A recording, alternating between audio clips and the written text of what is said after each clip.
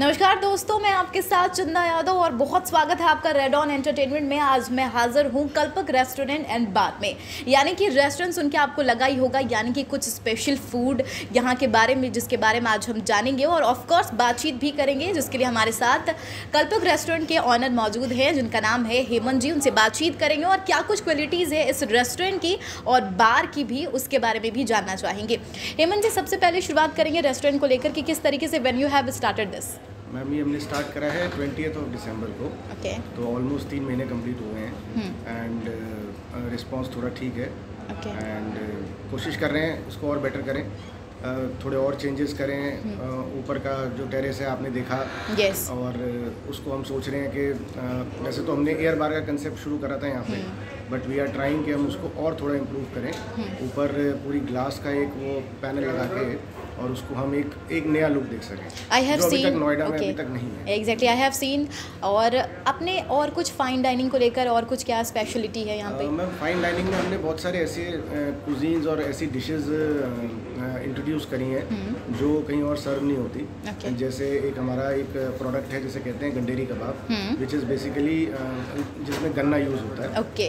And there is a bamboo biryani जो bamboo में सर्व होती है। कुजिन्स के बारे में भी बात करेंगे, लेकिन first of all after lockdown आपने ये शुरुआत की है, तो खास करके बहुत चैलेंजेस आए होंगे और एक कहीं ना कहीं ये चीज़ें बहुत इंपॉर्टेंट रखती हैं कि आफ्टर लॉकडाउन बहुत कम लोग जो होते हैं एक रिस्क लेते हैं स्टार्टिंग करने के लिए। आपने किस तरीके से यहाँ पे मोटिवेट है इस तरीके से मिला आपको? मैम एक्चुअली मेरा बैकग्राउंड यही है, जैसा मैंने आपको बताया कि पहले मैं दुबई में 2 क्लब्स चलाता था, तो लॉकडाउन की वजह से मुझे वापस आना पड़ा।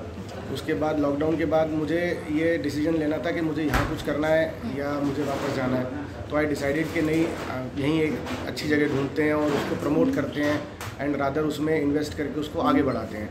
तो हमें ये ऑप्शन मिला क्योंकि जो पहले चलाते थे वो इसको नहीं चला पा रहे थे और लॉकडाउन की वजह से बंद हो गया था, उसको दोबारा ओपन नहीं कर पा रहे थे। तो हमें जगह अच्छी लगी, हमें लगा कि शायद हम इसको आगे बढ़ा सकते हैं। तो हमने ये जगह ली, इसको रेनोवेट करा, पूरा इसको रीडू करा, पूरा कंसेप्ट चेंज करा, पूरी थीम चेंज करी और चेंज करने के बाद फिर हमने इसको लॉन्च करा। तो चैलेंजेस तो देखिए मैम हर बिजनेस में basically same business in Dubai also और एग्जैक्टली तो सेम बिजनेस है। वहाँ भी मेरे पब थे और यहाँ पे भी basically air bar and kitchen है। तो बिजनेस सेम है बट थोड़ा सा मॉडल डिफरेंट है।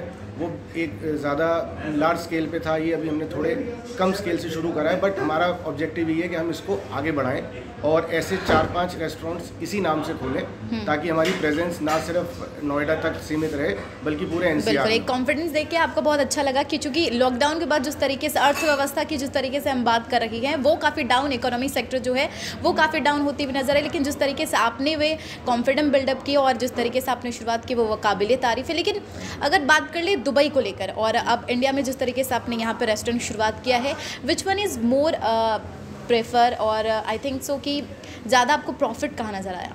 मैम प्रॉफिट तो हर बिजनेस में है, डिपेंड करता है आप उसे कैसे रन करें। In comparison to I am asking about of Dubai. अगर आप दुबई की बात करें तो दुबई में बहुत बड़ा सेटअप था, बहुत सारी चीज़ें थी। ये अभी एक छोटी शुरुआत है उसके कंपैरिजन में, बट आई एम श्योर कि हम यहाँ से भी उतना ही प्रॉफिट कमा पाएंगे जितना वहाँ कमाते थे। एंड वो जैसा मैंने आपको पहले बोला, ऑब्जेक्टिव ये है कि हम एक नहीं ऐसे कई वेंचर्स खोलें और इसको बड़ा बनाएं। नाउ एक्चुअली आफ्टर लॉकडाउन ज़्यादा टाइम हुआ नहीं है, तो how it is going? Ma'am I think 3 महीने के टेन्योर में हम ब्रेक इवन तक अगर पहुंच पाए हैं तो मुझे लगता है कि शायद वो हमारे लिए एक बहुत बड़ी अचीवमेंट है। और अगर कुजिन्स की बात कर ले, खास करके और डिफरेंट रेस्टोरेंट को लेकर क्या कुछ डिफरेंट है जो लोग यहाँ पर आएँ और प्रेफर करें आपके रेस्टोरेंट? मैम एक्चुअली किसी भी रेस्टोरेंट में अगर कोई भी जाता है, मान लीजिए आप भी जाते हैं, तो आप ये चाहते हैं कि वो लिमिटेड मेन्यू ना हो, एक वास्ट मेन्यू हो जिसमें आप 4-5 तरीके के cuisines. You have included in this veg और non veg also? Yes, veg non veg दोनों है एंड कॉन्टिनेंटल है, चाइनीज़ है, ओरिएंटल है, इंडियन है।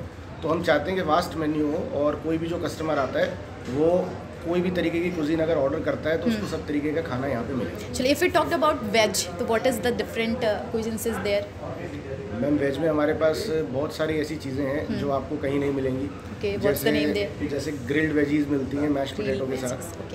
एंड अगर हम चाइनीज़ की बात करें तो हमारा एक मोमो सूप है विच इज़ वेरी यूनिक, जिसके अंदर मोमो होता है एंड ऐसे बहुत सारे चीज़ें हैं जो अगर आप ट्राई करें, और मैं आपको ट्राई भी कराऊंगा। इट्स नॉन वेज में मैंने आपको जैसे बताया एक हमारे पास प्रोडक्ट है गंडेरी कबाब, जो मैंने आपको पहले भी बोला, एंड ग्रिल चिकन है।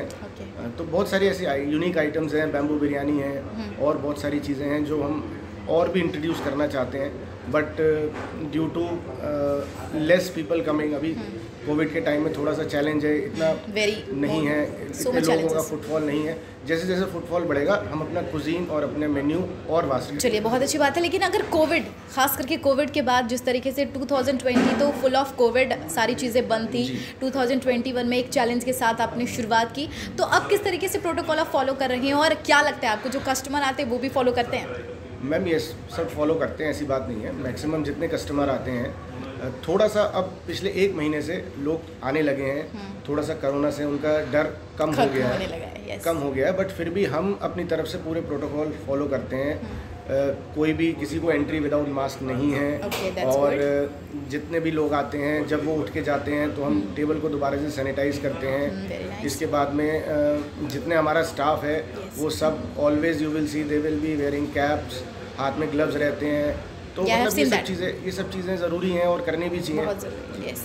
अगर ये हुई हमारी फूड की बात, अगर बार की बात करें तो क्या कुछ स्पेशलिटी है उसमें, और किस तरीके से आपने पॉकेट फ्रेंडली उसको बनाया है? मैम बार के लिए हमने एक स्कीम चला रखी है which is called happy hours, जो सब जगह रहते हैं। थोड़ा सा डिफरेंस सिर्फ इतना है कि हमारे हैप्पी आवर्स जो है वो मॉर्निंग से लेके till the time we close वो चलते रहते हैं। नहीं तो बाकी जगहों पे उनका एक लिमिटेड टेन्योर होता है, लाइक 7 बजे से 9 बजे तक, या शाम के 6 बजे से 9 बजे तक, जो उनके ऑफ टाइमिंग्स होते हैं। बट हमने उसको कंसेप्ट को 24 जितने टाइम हमारा रेस्टोरेंट ओपन रहता है उतने टाइम हमने कर रखा है। नो बाउंडेशन है। No boundation. That's very good. और अगर बात कर ले जिस तरीके से एंट्री फीस की, इवेंचुअली अगर देखा जाए तो मेनली और बार में ज़्यादा होते हैं एंट्री फ़ी, तो आपने किस तरीके से आपको इस रखा है? नहीं मैम, हमारे यहाँ कोई एंट्री फ़ी नहीं है, बट वी मेक श्योर के जो भी लोग आते हैं वो या तो कपल्स हों या फैमिलीज हों, बिकॉज उन्हीं से हम चाहते हैं कि हमारे यहाँ वही लोग आएँ जो कि एनवायरनमेंट फ्रेंडली हो। So that is the only. Okay, अगर हमने स्टार्टिंग की बात कर ले, जिस तरीके से आपने when you have started this, और जब आप स्टाफ हायर कर रहे होंगे तो क्योंकि लोगों को एक तरफ से डर होता है, और आपको भी कहीं ना कहीं चीज़ की होगी कि लोगों में ज़्यादा दूरी बना रखी, भीड़ भाड़ ना, तो वो किस तरीके से आपने फेस आउट किया और किस तरीके से आपने हायर किया? मैम जब हमने लोगों को हायर करा तो सबसे पहले ये देखा कि उनके हाइजीन, और खास बात आपने इसमें ये भी किया कि एक रोजगार कहीं ना कहीं कई लोगों को मिला है आपके थ्रू। इस टाइम मेरे पास 21 लोग हैं जो मेरे स्टाफ मेंबर्स हैं। मैं ये कहूँगा कि मेरी टीम है, कोर टीम है, और जितने भी लोग हमने हायर करे सबसे पहले हमने ये सोचा, ये समझा, उनके बारे में ये इवेलुएट करा कि उनके हाइजीन लेवल कैसे हैं, और अगर वो हाइजीन लेवल उसको फॉलो कर सकते हैं तभी हमने उनको अपनी टीम में शामिल करा।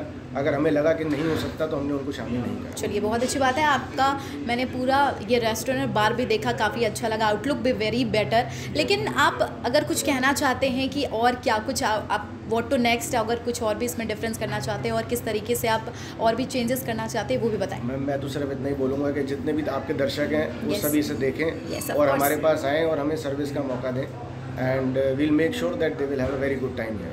Okay, thank you so much Hemant ji. और आज हमने बात की इस तरीके से कल्पक रेस्टोरेंट के ऑनर से हेमंत जी से, और क्या कुछ खास है इस रेस्टोरेंट की उसकी भी बातचीत हमने की। अगर आप भी नोएडा सेक्टर 50 या फिर आसपास या फिर कहीं भी रहते हैं तो आप यहाँ पर ज़रूर आएँ और यहाँ के फूड को एक बार ज़रूर ट्राई करें, यानी कि try at once sure. Thank you so much.